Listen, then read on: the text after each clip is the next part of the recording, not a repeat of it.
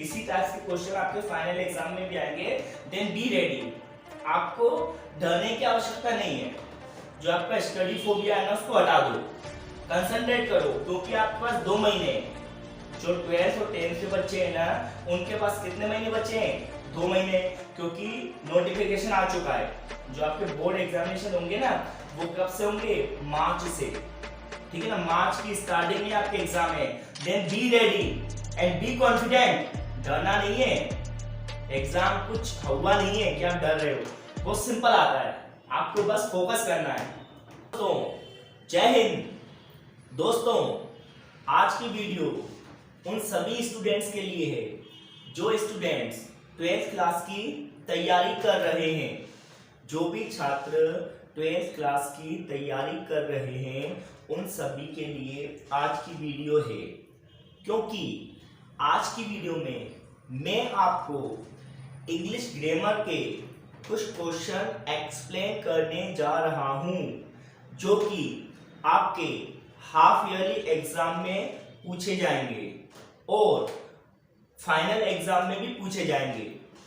तो आज की वीडियो सभी छात्रों के लिए बहुत ही शानदार होने जा रही है। यदि आप 12th क्लास की तैयारी कर रहे हो तो आपको वीडियो लास्ट तक देखनी चाहिए, क्योंकि ये वीडियो ऐसी वीडियो है जिसको आपने देख लिया तो मैं आपको गारंटी के साथ कह सकता हूं आप इंग्लिश में 75% अबव क्वेश्चन सोल्व कर सकते हो। ओके गाइस, क्योंकि ना स्टूडेंट्स जो आज की वीडियो है ना, आज मैं आपको क्या बताने जा रहा हूं, जो मेरिट स्टूडेंट्स होते हैं और जो मेरिट में नहीं आते हैं उनमें डिफरेंस क्या है। आपको पता है चाहे वो 10th क्लास की बात हो या 12th क्लास की बात हो, कुछ स्टूडेंट मेरिटोरियस होते हैं, मतलब मेरिट लिस्ट में आते हैं, कुछ स्टूडेंट मेरिट लिस्ट में नहीं आ पाते हैं। तो उसके पीछे रीजन क्या है? उसके पीछे रीजन है इंग्लिश ग्रामर। आपको पता है जो 12th में इंग्लिश की ग्रामर होती है ना वही आपको 75+ मार्क्स दिलवा सकती है। तो देखो जो इस बार पैटर्न है ना इंग्लिश ग्रामर का वो क्या होगा, थोड़ा डिफरेंट होगा। देखो आज क्या बात करेंगे, class 12th class half yearly exam 2022 and 2023 grammar. तो मैं आज आपको क्या बताऊंगा, जो 2023 और जो 2022 की तैयारी कर रहे हैं जो भी स्टूडेंट इंग्लिश की, तो उनके लिए ये वीडियो बहुत ही शानदार है। तो आज मैं बताऊंगा ग्रामर के कुछ क्वेश्चन जो केवल हाफ ईयरली एग्जाम के लिए जरूरी नहीं है, ये आपके फाइनल एग्जाम में भी हेल्प करेंगे। तो देखो जो पहला क्वेश्चन है ना उसको एनालाइज करते हैं students. Look at sentence correction. Question जो होंगे ना वो किस तरीके से पूछे जाएंगे, या तो आपको सेंटेंस करेक्शंस के क्वेश्चन दिए जाएंगे। इट मीन्स आपको एक क्वेश्चन दिया जाएगा, एक सेंटेंस दिया जाएगा जो कि गलत होगा और आपको क्या करना है स्टूडेंट्स, सही करना है। दूसरा पैटर्न क्या होगा अपना, फिलअप्स। दूसरा पैटर्न होगा फिलअप्स। तो दो तरीके के क्वेश्चन आपके ग्रामर पोर्शन से पूछे जाएंगे, एक तो होगा सेंटेंस करेक्शन और दूसरा होगा फिलअप्स। अब आपको क्या करने पड़ेंगे, एनी 5 आपको 7 क्वेश्चन दिए जाएंगे, आपके 7 क्वेश्चन होंगे उसमें से आपको 5 करने हैं। तो देखिए 1 बाय 1 हम सातों क्वेश्चंस को एनालाइज करेंगे। Look at I have been living here since 4 years। तो इसका मीन्स क्या होता है स्टूडेंट्स, मैं यहाँ पे 4 सालों से रह रहा हूं। तो ये एक सेंटेंस है। अब आपको क्या करना है, करेक्ट द सेंटेंस। आपको याद रखना है ये सेंटेंस गलत है, ये वाक्य गलत है और आपको इसका मतलब आपको सही करना है इसको, ठीक है। इनकरेक्ट है, आपको करेक्ट करना है। तो मैं आपको पहले बता दूं, yo I have been living here since 4 years. तो ये क्वेश्चन है ना स्टूडेंट्स, ये किसका है पता है आपको, present perfect continuous. Present perfect continuous tense आपने सुना होगा, तो उसका ये एक सेंटेंस है। अब इसमें करेक्शन क्या होना है मैं आपको बताता हूं। जो ये फॉर है ना स्टूडेंट्स, ये सॉरी ये सिंस है, जो सिंस है ना ये गलत दिया गया है। I have been living here since, तो यहाँ पे सिंस की जगह क्या होना चाहिए था, फॉर। यहाँ पे सिंस की जगह होना चाहिए था फॉर, तो ये सही हो जाएगा sentence. I have been living here for 4 years, मतलब मैं यहाँ पे 4 सालों से रह रहा हूँ। अब आप बोलोगे सर यहाँ पे सिंस क्यों नहीं आया, फॉर क्यों आया, तो मैं उसका रीजन बताता हूँ। जो सिंस है ना स्टूडेंट्स, वो कब यूज करते हैं, जब कोई डेफिनेट टाइम होता है, जब कोई निश्चित समय होता है ना, तो उसके लिए सिंस का यूज किया जाता है। और जब कोई अनिश्चित समय होता है तो उसके लिए फॉर का यूज करते हैं। आपको याद रखना है, सिंस हमेशा यूज करेंगे डेफिनेट टाइम के साथ और फॉर यूज करेंगे इनडेफिनेट टाइम के साथ। तो ये 4 years है ना, ये क्या है, इनडेफिनेट टाइम है, अनिश्चित समय है। क्योंकि आपको पता है ना 4 साल तो कोई भी हो सकते हैं, 4 years कोई भी हो सकते हैं कि नहीं। अगर आप यहाँ पे लिखा होता 4 o'clock, मतलब 4 बजे, तो वो निश्चित होता, तो हम क्या लगाते, सिंस। हैं क्वेश्चन नंबर 2 की, Ram prefers milk dash T. Ram prefers milk dash T, तो इसका मीन्स क्या होता है, प्रेफर मीन्स होता है पसंद करना। Ram prefers milk dash T, तो राम क्या पसंद करता है, दूध को पसंद करता है, किससे ज्यादा, टी से ज्यादा। अब आपको ऑप्शन दिए गए देन, टू और एट। देन, टू और एट, आपके पास 3 ऑप्शन है, इसमें से आपको फिलअप करना है, ठीक है ना, मतलब ये फिलअप दिया उसमें आपको अप करना है। आप कौन सा रखोगे पता है आपको, मैं आपको बताता हूँ। जो प्रेफर है ना, तो प्रेफर के संग आपको क्या रखना है, प्रेफर के संग हमेशा क्या आता है, टू। क्या आता है गाइस, टू।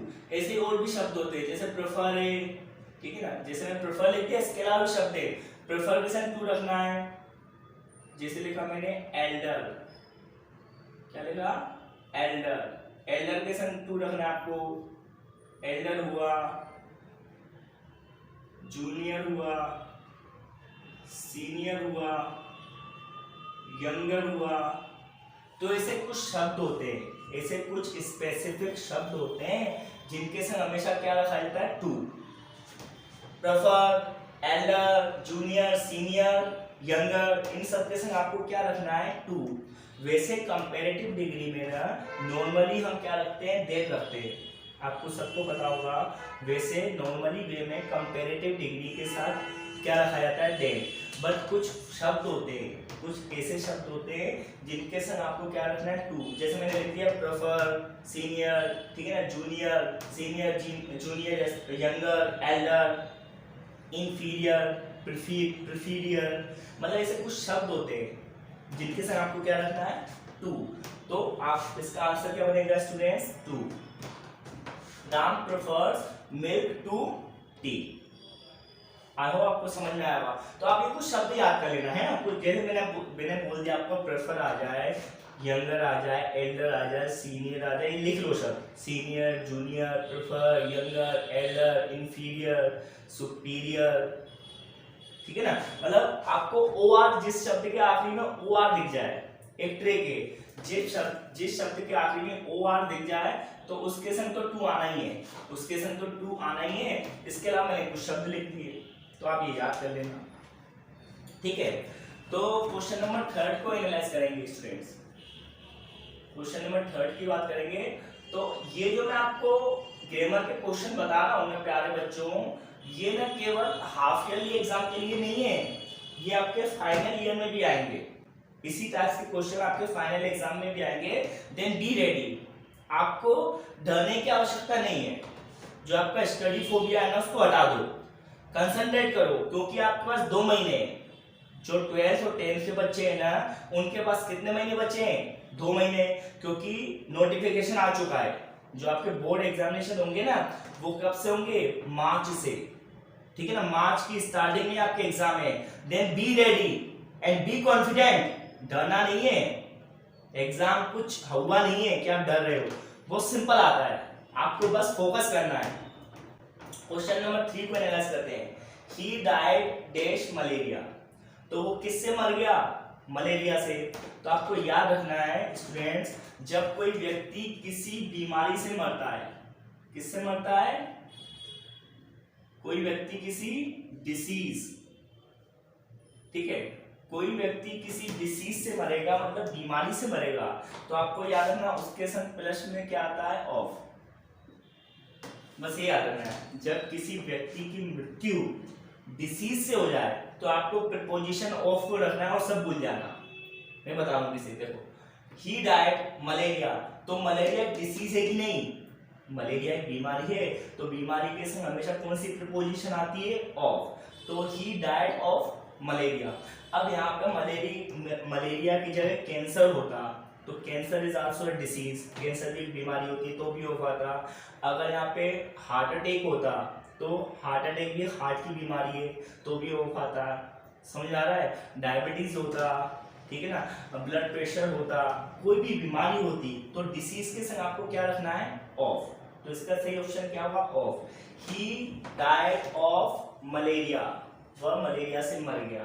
तो बीमारी, जब भी कोई व्यक्ति किसी बीमारी से मरेगा तो क्या रखोगे, ऑफ, दैट्स ऑल। अब फ्रॉम तो कहता है से, मतलब किसी एक्सीडेंट से किसी की मृत्यु हो गई तो आप फ्रॉम रख सकते हो, जैसे बोलेंगे he died from car accident, he died from car accident, तो किससे मर गया, कार एक्सीडेंट से।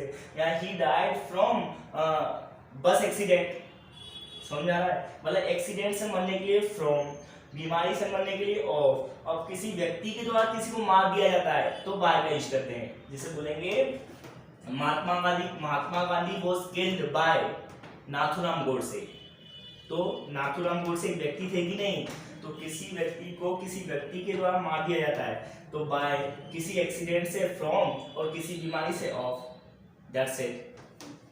क्वेश्चन नंबर 4 को एनालाइज करते हैं, ठीक है। तो याद रखना डिसीज के साथ क्या था, ऑफ, लिख लेना आप, ये सब चीजें है ना। अब क्वेश्चन नंबर 4 को देखते हैं।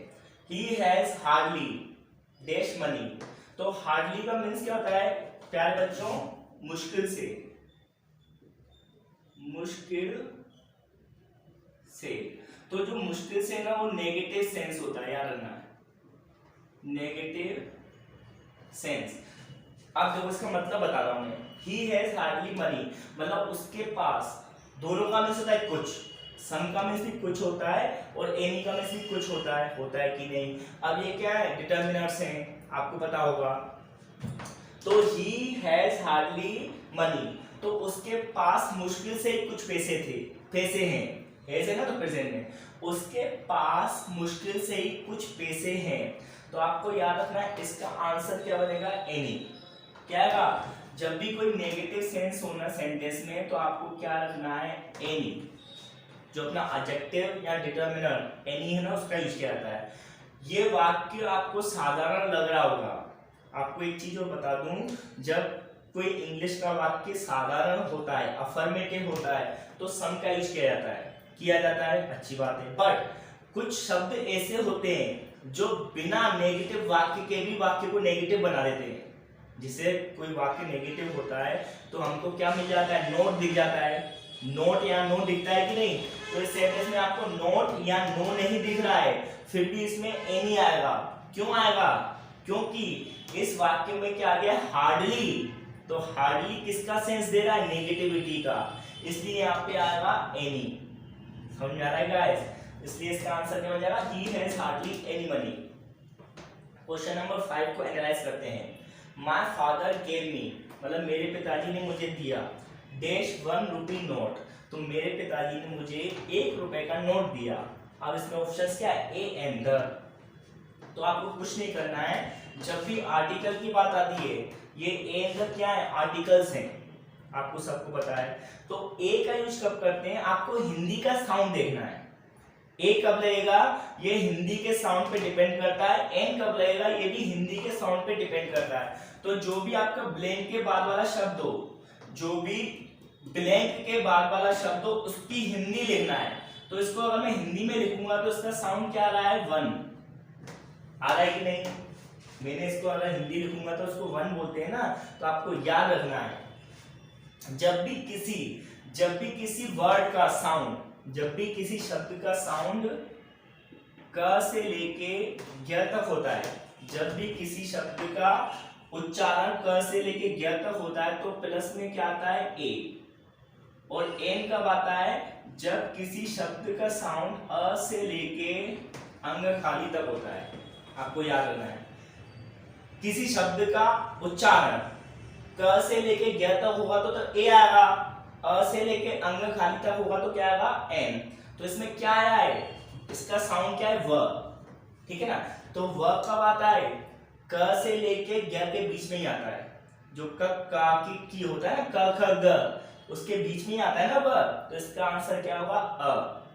तो my father gave me a 1 rupee note, मतलब मेरे पिताजी ने मुझे 1 रुपए का नोट दिया, तो इसलिए इसमें क्या आएगा, क्या आएगा अ, ठीक है ना। अगर यहाँ पे एप्पल लिखा होता है, जैसे मैं लिखता हूं यहाँ पे एप्पल, तो एप्पल का पहला साउंड क्या है, जो एप्पल जो शब्द है ना उसका साउंड क्या है ए, तो ए कब आता है अ से लेके अंग के बीच में, तो आंसर क्या होता है एन, तब आंसर क्या होता है एन, बट इसका आंसर क्या है ए।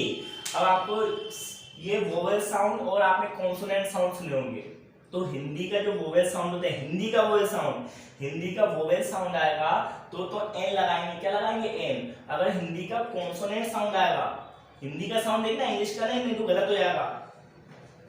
तो ये क्वेश्चन आर्टिकल का आपका पेपर में जरूर पूछा जाएगा।